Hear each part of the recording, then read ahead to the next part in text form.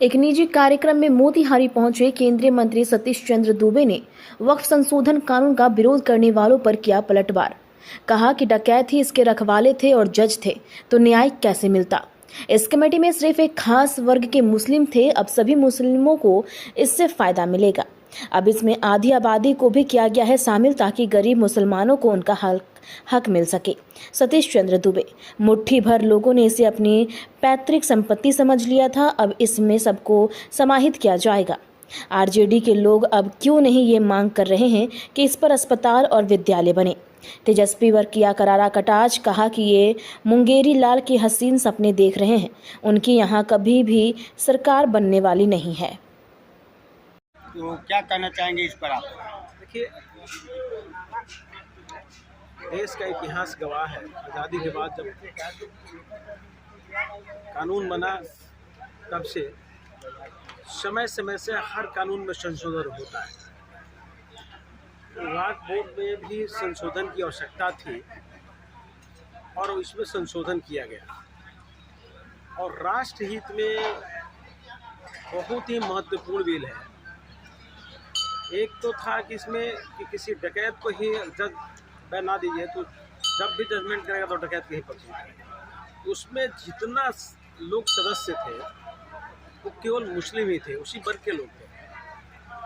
और अचानक से इतनी ज़मीन बढ़ गई वक्फ बोर्ड में कि सोचने का विषय है कि पहले आज से 10 साल पहले कितनी थी, आज कितना हो गया। और एक बहुत बड़ा वर्ग था पसमानदा मुस्लिम, जिसको उस बोर्ड में शामिल नहीं रखा गया, और छोटे छोटे मुस्लिम वर्ग के लोग थे जिसको शामिल नहीं किया गया था। साथ साथ ये भी इसमें एक प्रावधान किया गया है कि नारी शक्ति का भी सम्मान किया गया है, नारी शक्ति भी उसमें रहेंगे। और कुछ मुट्ठी भर लोग देश में उसको अपना एक संपत्ति बना के रखा था, अब वो केवल एक मुट्ठी भर के लोग का नहीं होगा, उस वर्ग के लिए सबको उसमें सम्मानित करने का प्रयास किया गया है। और देश हित में बहुत ही महत्वपूर्ण बिल है, जितना कहिए उतना कम।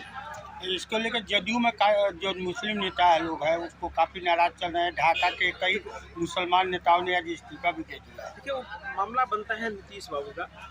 नीतीश बाबू अपने लोगों को ठीक करेंगे, इसमें कहीं संदेह नहीं है, और ठीक भी रखते हैं। अब किसी को बहुत सा कानून अच्छा लगता है, किसी को नहीं लगता है। यही बिहार है जो आडवाणी जी को गिरफ्तार किया गया था राम मंदिर के लिए। आज राम मंदिर बना। राम मंदिर जब बन रहा था तो यही आरजेडी के बयान, नेताओं का बयान था कि यहाँ हॉस्पिटल क्यों नहीं बनवाया जाए। तो इतना बड़ा संपत्ति है वक्फ बोर्ड का, इस पर उन्होंने कभी बयान नहीं दिया कि इस पर हॉस्पिटल बनना चाहिए, इस पर स्कूल बनना चाहिए। इस पर उन्होंने कभी बयान नहीं दिया। आप उस बयान को महत्व दीजिए। वो तो नीतीश बाबू का अपना घर का लोग है, नाराज है, मानेगा। तेजस्वी यादव कह रहे हैं कि सरकार बनते ही 1 महीने के अंदर में इसको फेंक देगी। बिहार में उनका सरकार तो मुंगेरी लाल का सपना है। बिहार में उनकी सरकार कभी आने वाली नहीं है। विपक्ष में अच्छे विपक्ष के रोल में हो सकते हैं, माना जाए, लेकिन कभी बिहार में उनकी सरकार बने मानना मुश्किल है।